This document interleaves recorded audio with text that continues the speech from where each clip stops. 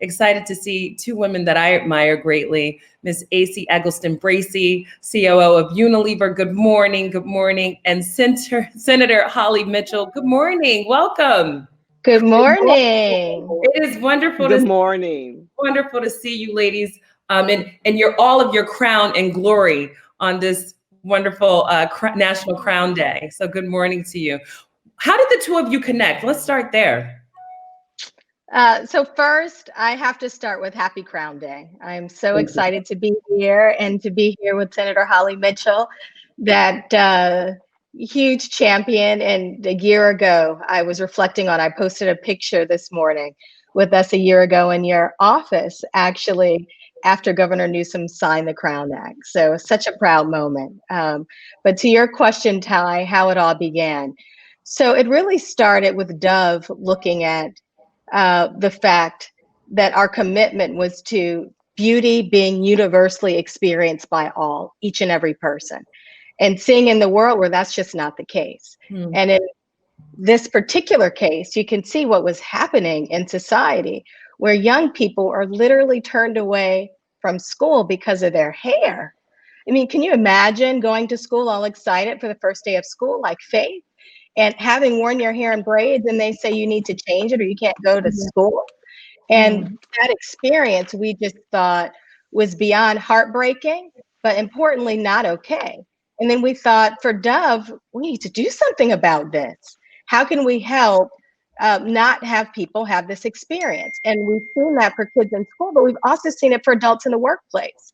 And lots of cases that have actually, people are offered employment and then rescinded if they don't change their hair because they're wearing dreads or locks because they're against corporate grooming policies. And so Dove set out to make a difference. So more than a year ago, maybe a year and a half ago now, I had the opportunity to talk to an organization called NOBLE, National Organization of Black Legislative Officials. And we were, on behalf of Dove, speaking to how this was an issue. And looking into that amazingly beautiful audience where so many of our legislators have textured hair, braids and locks, and said, you know what, we can do something about this. You guys can do something about this. So, and Senator Holly Mitchell was in that audience and, you know, created history. So, you know, I'll turn it over to her to tell from that moment, I think it was November or December of 2018, what she took on and why we're here celebrating today. Well, thank you so much for that, Esi. And I just also, Senator Mitchell, before you share, I must say that that is some power to actually move legislation so quickly in the course of that time frame. So tell us about the connection to Esi and to Unilever and with Dove. So I can't hear Tai. Can you hear me? Yes, we can hear you. Can you hear me? Perfect. We can hear I can you. hear you, AC. Beautiful. So yep, that's the story. It was November, the annual convening of Nobel Women, which is the my affinity group of Black female state legislators across the country, our annual breakfast. And I heard this story. I saw this PowerPoint presentation with the results from the Dove survey, and I thought, well, that's me. So I approached AC and Ajua at the end of the breakfast and gave him my card and said, you know, I'd like to step up and introduce the legislation.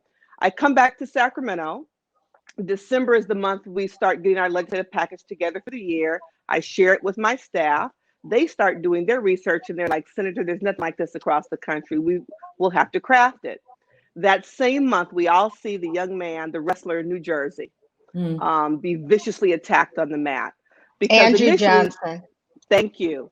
And initially, we were drafting the legislation to really impact the workplace.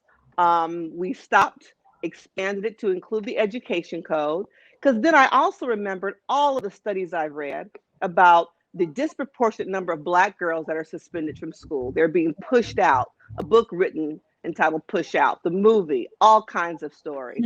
And so we realized we have to include the education code, because if we just include the employment code, teachers would be covered on school campuses, but the students wouldn't. Absolutely. So we drafted the legislation. We introduced it January 2019, went through the legislative process in record speed, due in large part to this unique kind of coalition that came together thanks to AC and Dove. You know, I introduce bills all the time. I've got 80 under my belt that are now law.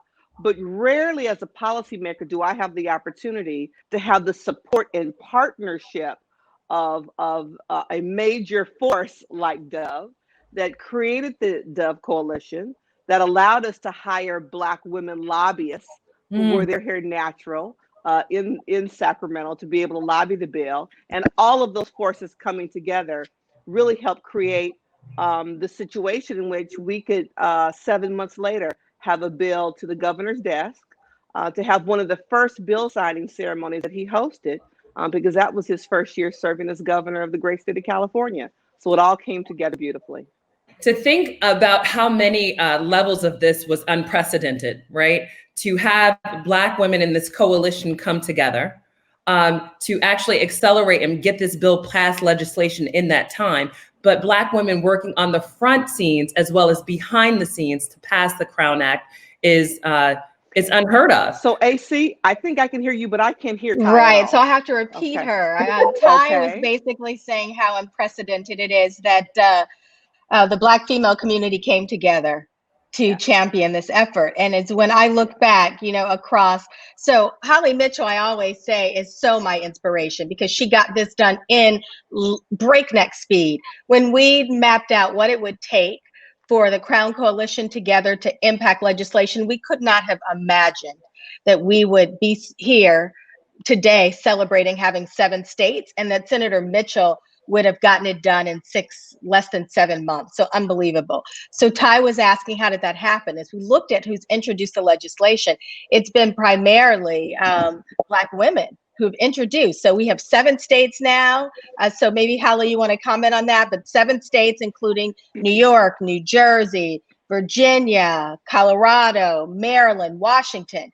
And it has been a crew, not just one person. It's been a whole triumphant movement. But Holly, your thoughts on that? I was just going to say, I think like the young people you just heard from, Chase and Faith, who I had the opportunity to meet, it's about, we have the opportunity to use our life experience. I have the opportunity to use my bully pulpit as a policymaker to stand in my truth and tell a story. I often said when we were testifying in committee that this was my opportunity, as my mother would say, to have a teachable moment, to talk about from the affirmative, my pride about my natural hair, and to educate policymakers that from our perspective, hair is a race-based trait that should be protected under the law. And that created the opportunity. And so I'm proud that it's been Black women who, like me, have stood in our space as Black women policymakers to tell our truth.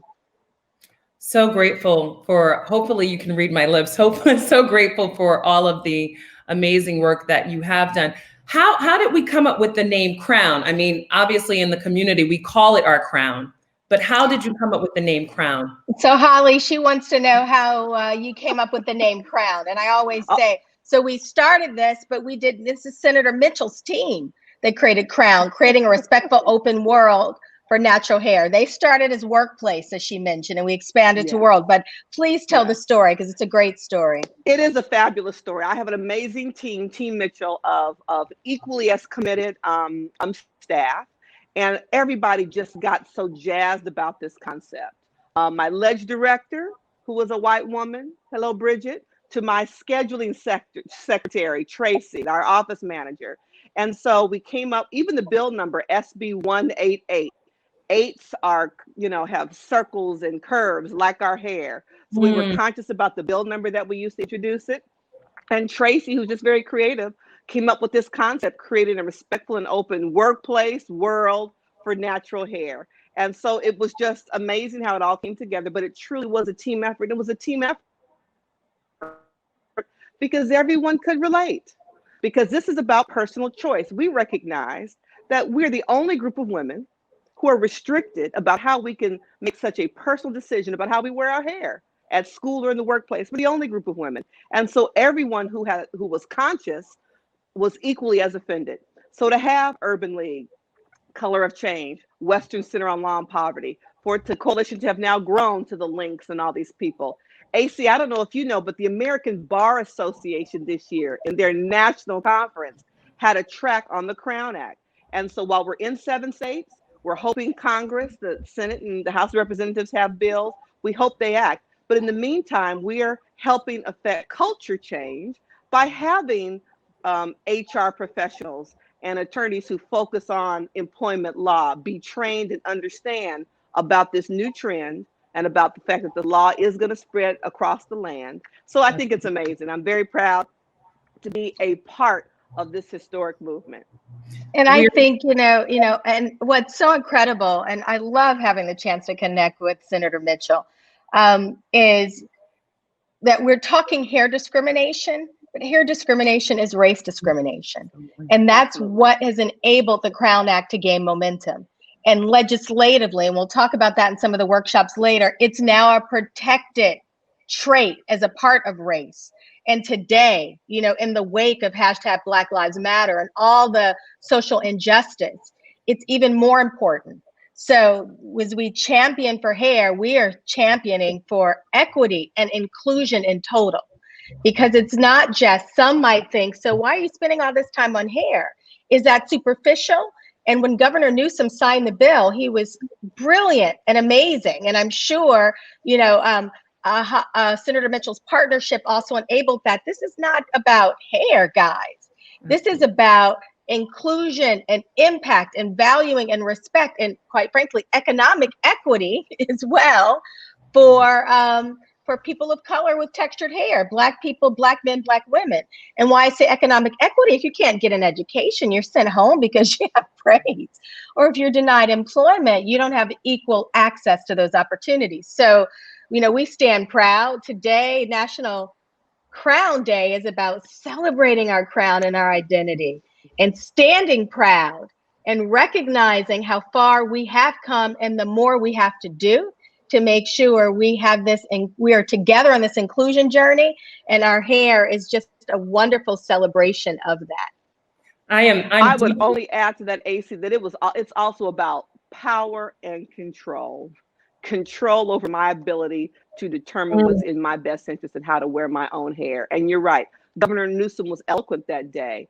And he talked about the fact that, he had already begun to get some flack. We had done some national press the day or two before, and, social media blew up, all the things facing California, you're going to focus on hair. So he was clear. He said, this is not just about hair, it's bigger than that. And here we are a year later where the whole world understands it's bigger than that. It is about power, control, and dominance. And we are taking control of our own destiny. Thank you so much, Esi Eggleston Bracey and Senator Holly Mitchell, for the work that you have done. And I know the work that you will continue to do as the coalition expands, right? Because this is just the beginning. I mean, we're a year later after the first legislation has been passed. So we thank you so much for your leadership. We look forward to all to come in the future. And I just love the fact that this is a partnership between business and enterprise and corporations, and also government and legislation and nonprofit organizations coming together. So thank you so much for your leadership. I look forward to hearing from you all soon, and have a wonderful day. Happy Crown Day. Happy Crown Day. And I just like to add one other thing. Happy Crown Day, Tai. Happy Crown Day. And thank you to those who are viewing, because while this is a partnership and requires leadership, it really takes your support. And, we set out to have 100,000 signatures. It was beyond what we could imagine for the Crown petition, the Crown Act petition. And you all rose to the occasion. We've got 71,000, I'm sure, and growing signatures on the petition to let other states know that the constituents are up for this. Absolutely. So to help drive change. So I always end with a call to action. Please go to thecrownact.com, and sign the petition. Spread the word, use the fun app to rock your crown and let everyone know that your crown is beautiful, regal, all that. So thank you and happy Crown Day.